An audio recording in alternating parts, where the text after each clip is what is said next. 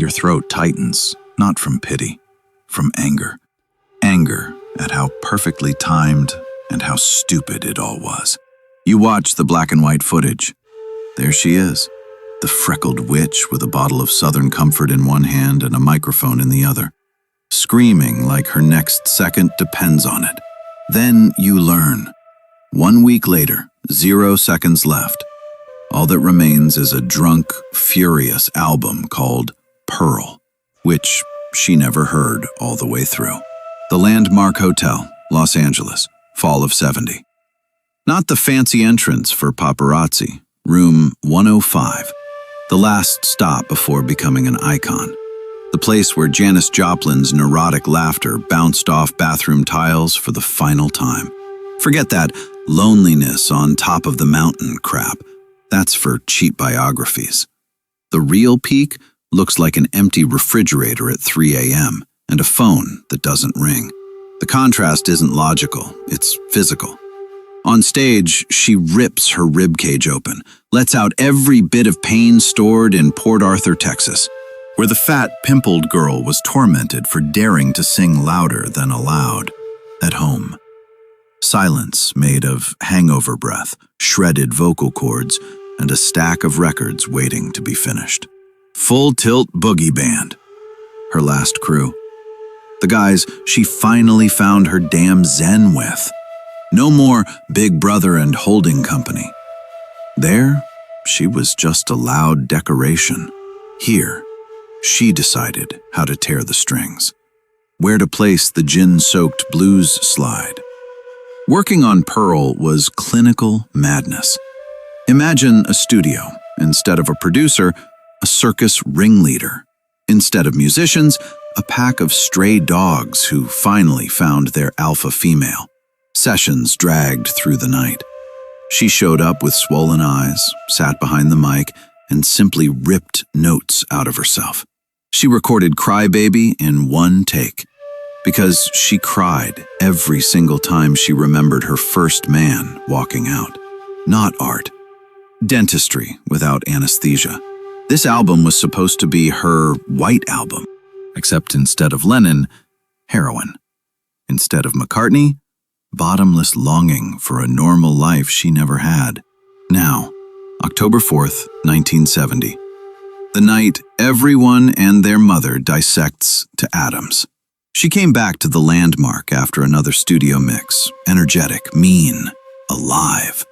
Ran into her room, put on the new track, Me and Bobby McGee, where she turns Chris Christopherson's country inside out, makes a ballad about a hitchhiking buddy into an anthem for every abandoned drunk woman in America.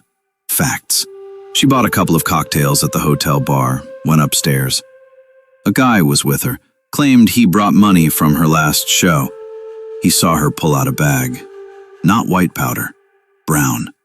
The heroin she despised.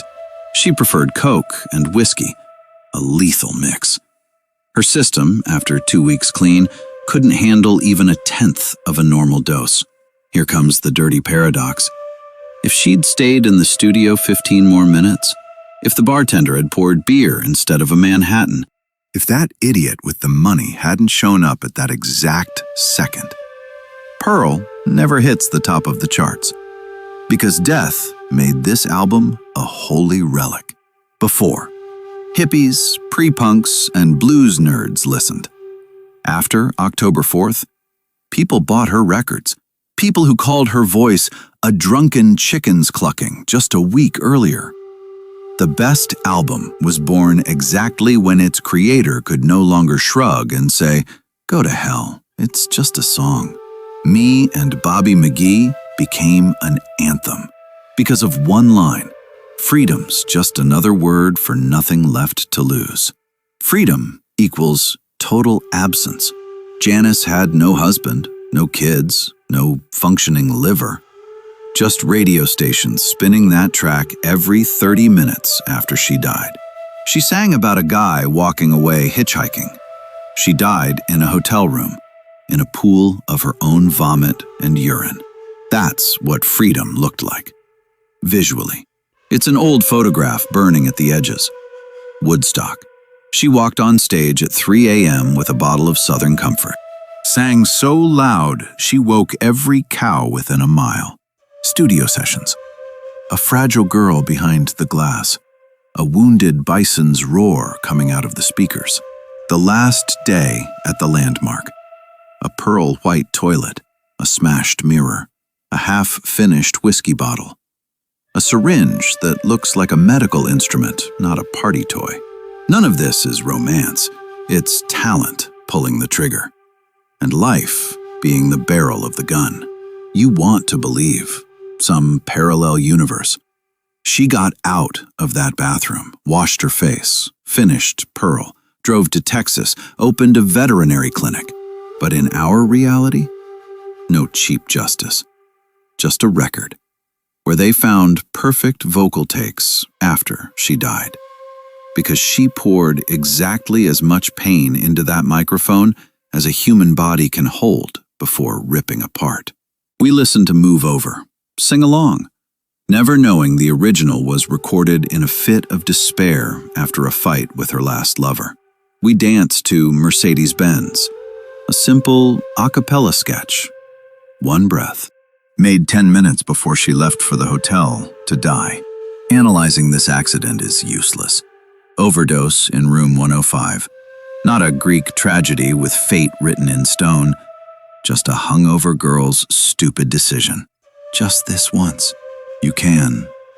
You can't. No one hung a sign saying, "A saint will die here." But every October 1st, bearded hipsters bring flowers to that hotel, where they changed all the furniture long ago. Memory works strange. We don't remember her fat, pimpled, exhausted. We remember the Janis from the Festival of Love, screaming her vocal cords to shreds. That's legacy. Pearl isn't a farewell bow. It's a frozen middle finger.